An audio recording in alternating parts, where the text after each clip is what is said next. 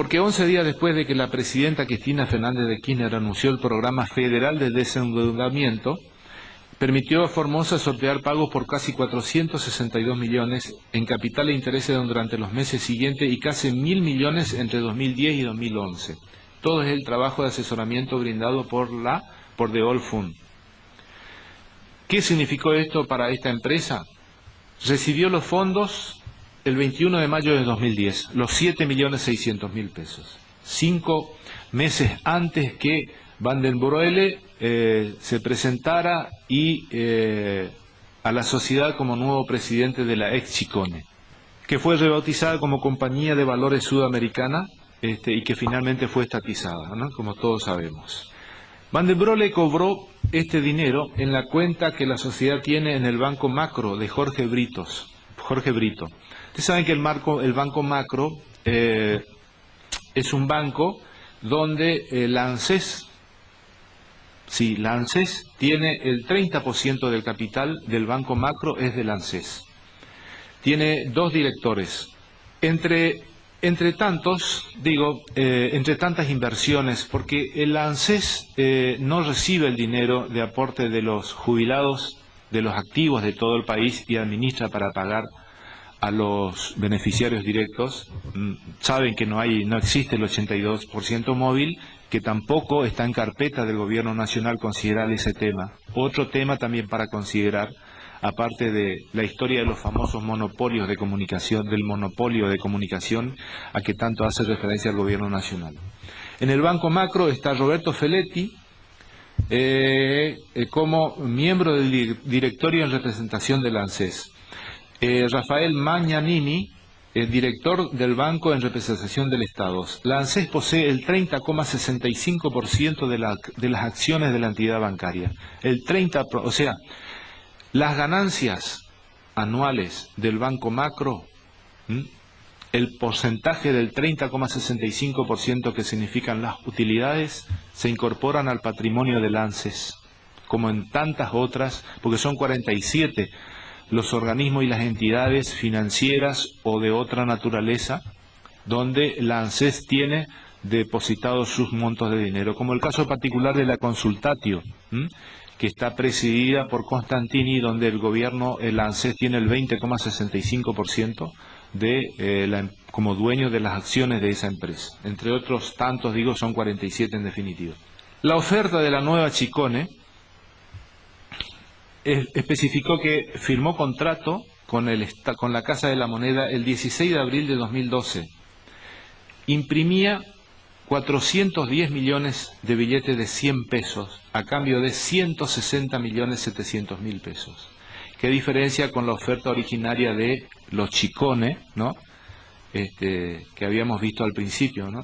De 65 millones, acá ya se va a 160 millones el costo. La nueva Chicone logró que la Casa de la Moneda le pague 383 pesos con 92 centavos por cada millar de billetes de la baja denominación y 492 pesos con 17 centavos por los billetes de alta denominación.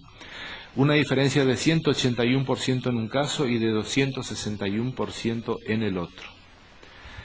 Como consecuencia de toda esta situación, surge una causa judicial. La Chicone. Se formaliza una denuncia que cae en manos de un juez, el doctor Daniel Rafecas, un juez de los duros, que es acompañado por un fiscal, Carlos Rívolo, otro de los duros. Y cuando yo digo duro, significa en el lenguaje, esas personas que tienen un objetivo bien claro, es el cumplimiento de la ley, que no se dejan amedrentar, que no se dejan amilanar, que no tienen subjetividades, que se manifiestan en relación y en referencia directa a los hechos que se le van presentando. Entonces surge la causa Chicone. ¿Qué pasa? Van den Broele era el presidente de la nueva Compañía de Valores Sudamericana, ya puesta en ojo por el gobierno, refinanciada en muchas cuotas, comenzaron a pagar. Pero ¿qué pasa? Los funcionarios de la nación tienen por lo menos la obligación, y en eso tenemos que reconocer que en nuestro país se cumple a rajatabla. Todos tienen un plazo límite para la presentación de sus declaraciones juradas anuales, donde se determinan la movilidad del crecimiento o no de su patrimonio neto, económico, tanto de propiedades, de bienes, de lo que sea. Por suerte, digo, en la República Argentina a nivel nacional eso se cumple y se puede acceder. Por lo menos se podía acceder. Ahora se está tornando un tanto difícil, que en realidad ya era muy considerado entender que eso se pueda conseguir. Situación que no sucede en el resto de las provincias del país, mucho menos en los municipios. Surge que al vicepresidente Amado Boudou le surgen propiedades que no estaban en sus manifestaciones, y surge la figura del testaferro. Los hilos conducen a que cuando era ministro de Economía armó todo el andamiaje para que su amigo desembarcara en Chicone. Porque en su momento, cuando era ministro de Economía, ella había sugerido, nota mediante, ¿no es cierto?, a la AFIP, que le concediera esa financiación de 148 meses para pagar su deuda cuando desembarca Van der Broele en la Chicone, en la ex Chicone. Entonces, a instancia de estos dos jueces, el juez Daniel Rafecas y el fiscal Carlos Rívolo, se lleva a cabo un allanamiento en un departamento, en Puerto Madero, donde vive toda la élite gobernante, siempre lo hacen. En esto tuvo mucho que ver la esposa de Van der Broele, ¿no? El edificio fue allanado y se secuestraron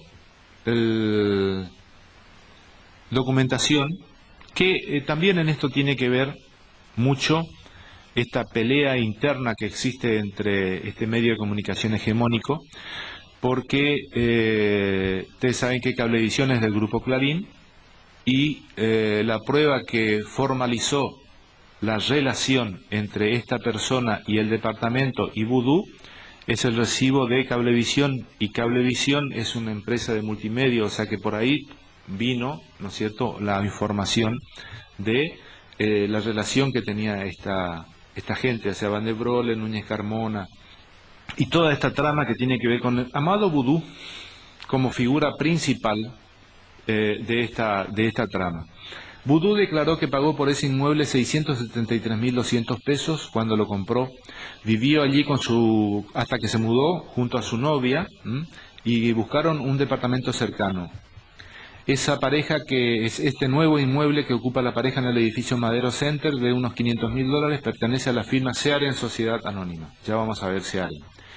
Searen Sociedad Anónima es socia de dos empresas de la firma London Supply, que depositó 1.8 millones para que la justicia en lo comercial levantara la quiebra de la ex Chicone. Y lo hizo según consignó el vicepresidente de London Supply por escrito, por cuenta y orden de Van der Broele, testaferro de Boudou. Se empezó a depositar dinero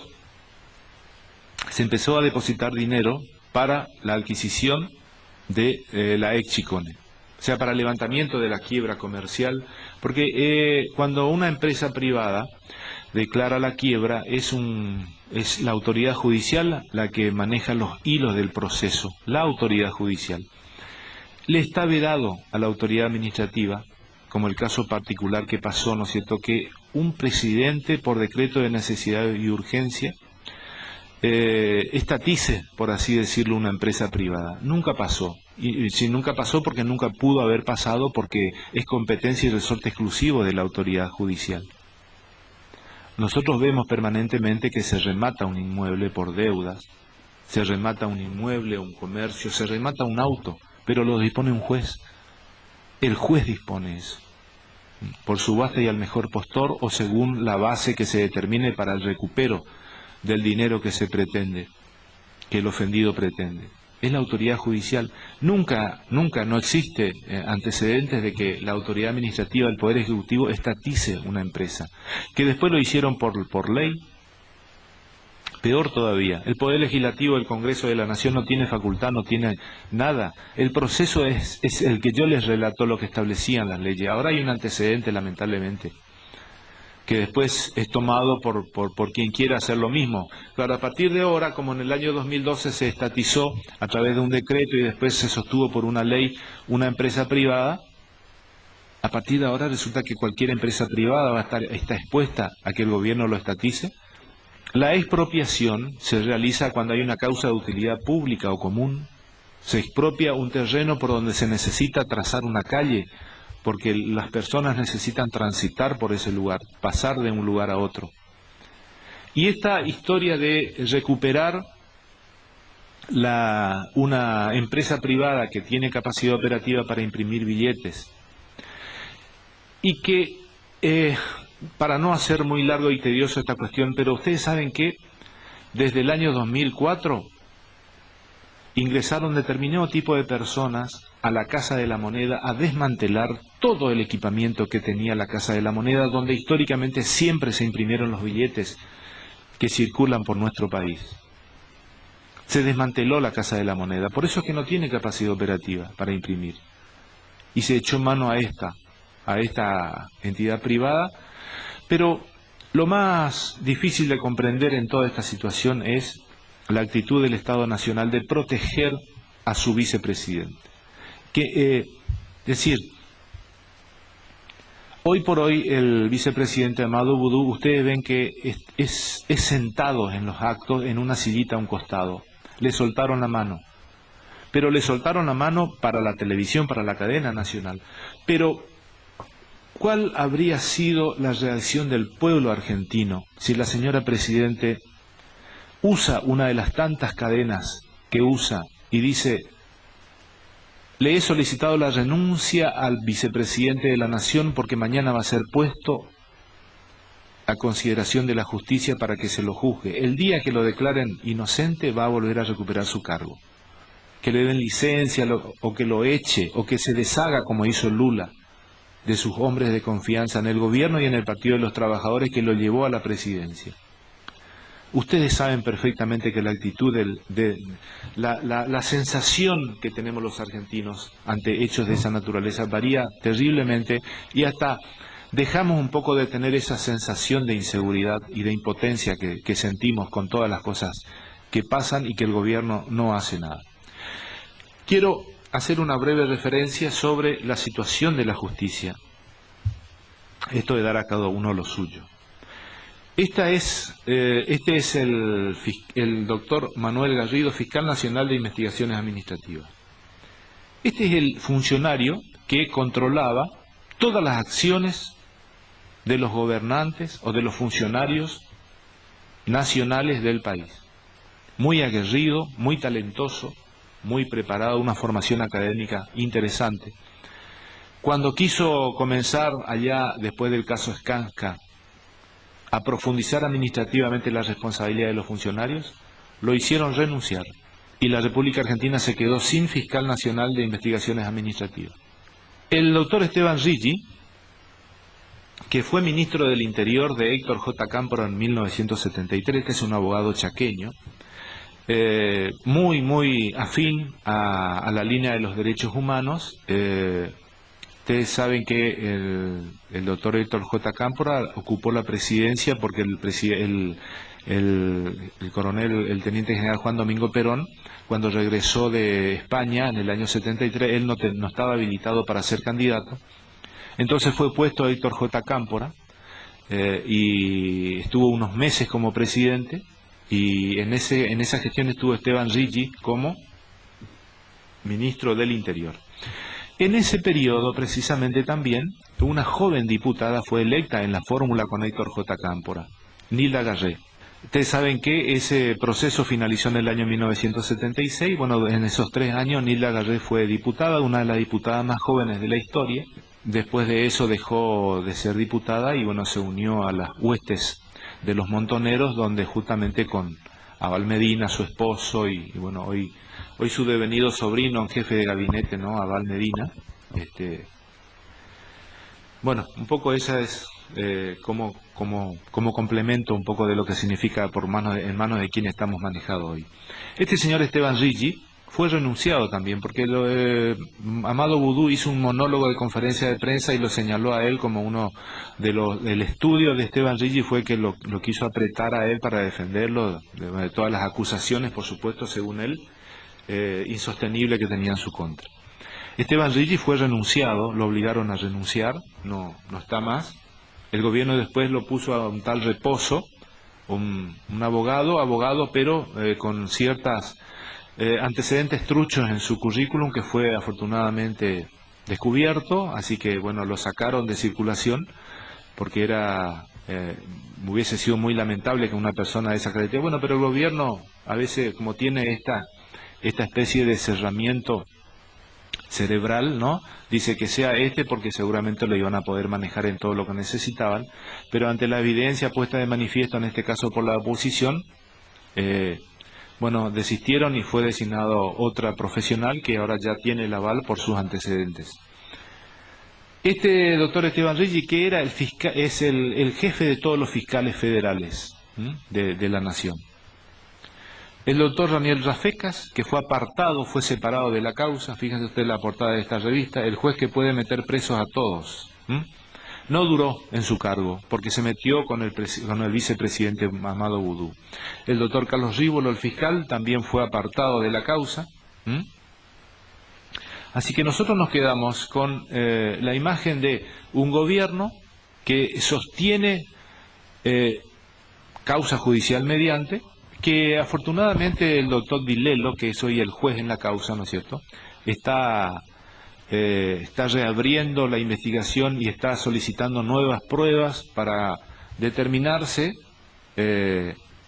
a ciencia cierta y con mucho fundamento esta situación de la causa Chicone, ¿no es cierto?, que fíjense ustedes, el gobierno, en lugar de, como decíamos, de deshacerse de un problema que le está teniendo es un riñón herido que está teniendo el gobierno, ¿no?